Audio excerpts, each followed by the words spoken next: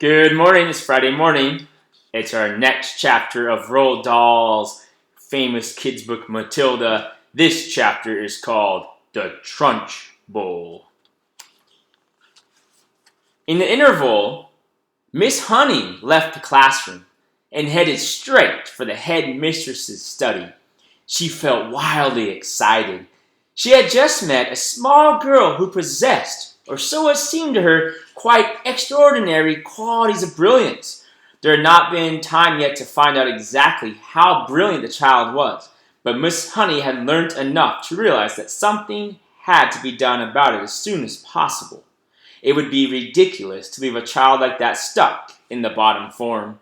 Normally, Miss Honey was terrified of the headmistress and kept well away from her, but at this moment she felt ready to take on anybody. She knocked on the door of the dreaded private study. "Enter!"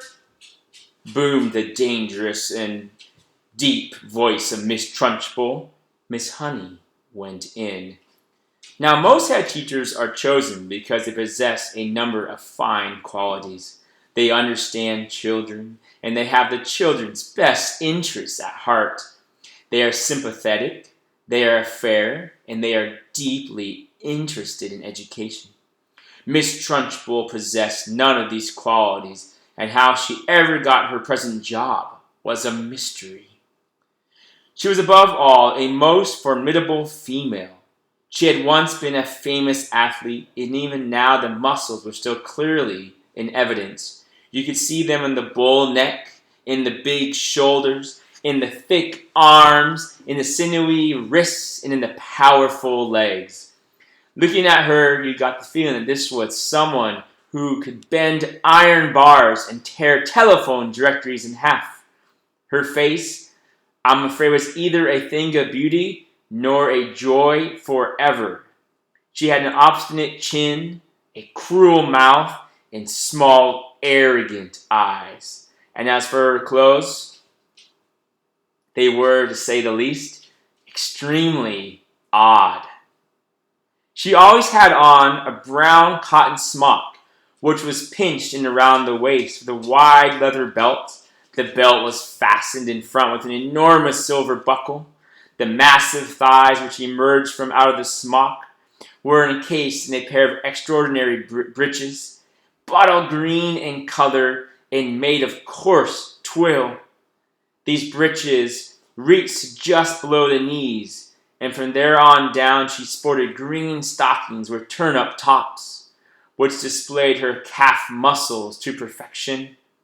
On her feet, she wore flat-heeled brown brogues with leather straps. She looked, in short, more like a rather eccentric and bloodthirsty follower of the stagehounds than the head mistress of a nice school for children. When Miss Honey entered the study, Miss Trunchbull was standing beside her huge desk with a look of scowling impatience on her face.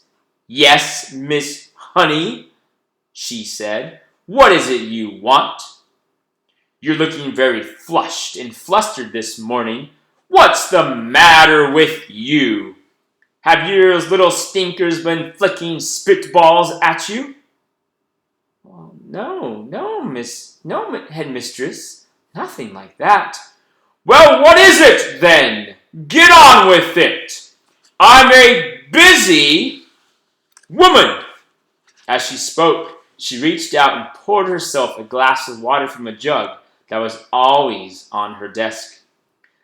"There's a little girl in my class called Matilda Wormwood," Miss Honey began. "That's the daughter of the man who owns Wormwood Motors in the village," Miss Trunchbull barked. She hardly ever spoke in a normal voice.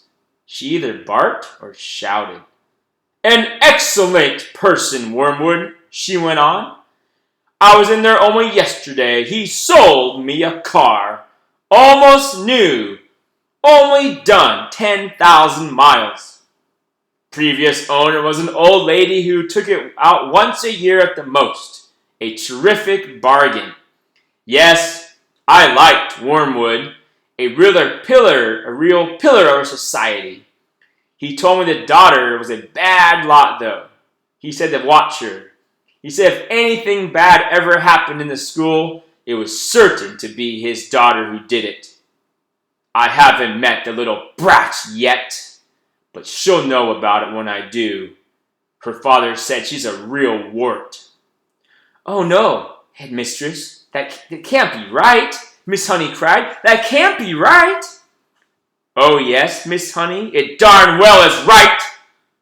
In fact, now I come to think of it, I'll bet it was she who put that stink bomb under my desk here first thing this morning. That place smelled like a sewer. Of course it was her. I shall have her for that. You see if I don't.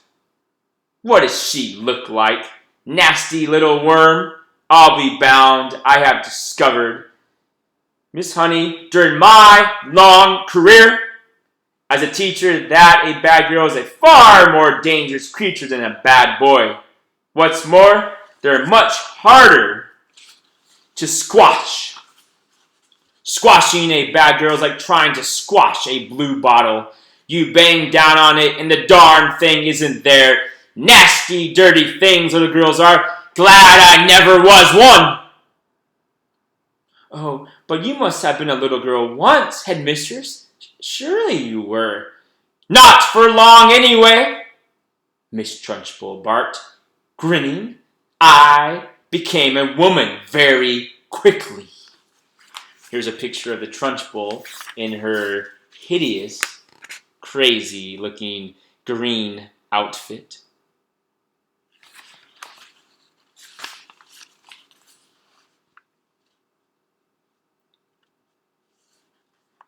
She's completely off her rocker, Miss Honey told herself. She's barmy as a bedbug. Miss Honey stood resentfully before the headmistress. For once, she was not going to be browbeaten. I must tell you, Miss Headmistress, she said, that you are completely mistaken about Matilda putting a stink bomb under your desk. I'm never mistaken, Miss Honey. But, Headmistress, the child only arrived in school this morning and came straight to my classroom. Don't argue with me, for heaven's sake, woman! This little brute Matilda, or whatever her name is, put a stink bomb in my study. There's no doubt about it. Thank you for suggesting it. But I didn't suggest it, Miss Headmistress. Of course you did. Now what is it you want, Miss Honey? Why are you wasting my time? Well, I came to talk to you about Matilda, Headmistress. I have extraordinary things to report about the child. May I please tell you what happened in class just now? I suppose she set fire to your skirt and scorched your knickers? Miss Trunchbull snorted. No, Miss Honey cried out. Matilda, she's a genius. At the mention of this word, Miss Trunchbull's face turned purple, and her whole body seemed to swell up like a bullfrog's. A genius! She shouted. What piffle is this you are talking, madame? You must be out of your mind. I have her father's word for that the child is a gangster. Her father's wrong, Headmistress. Don't be a twerp, Miss Honey. You have met the little beast for only half an hour, and her father has known her all her life. But Miss Honey was determined to have her say, and she now began to describe some of the amazing things Matilda had done with arithmetic. So she's learnt a few timetables by heart, has she? Miss Trunchbull barked. My dear woman, that doesn't make her a genius. It makes her a parrot.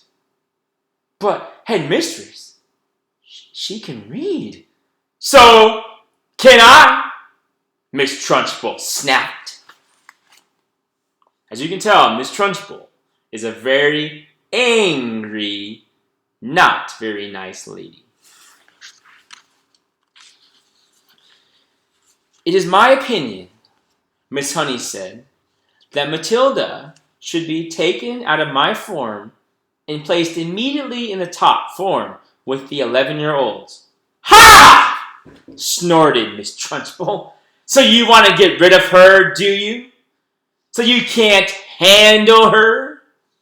So now you want to unload her onto the wretched Miss Plimsoll in the top form where she will cause even more chaos? No! No!" cried Miss Honey. "That is not my reason at all." "Oh, yes, it is," shouted Miss Trunchbull. "I can see right through your little plot, madame. And my answer is no. N-O, no.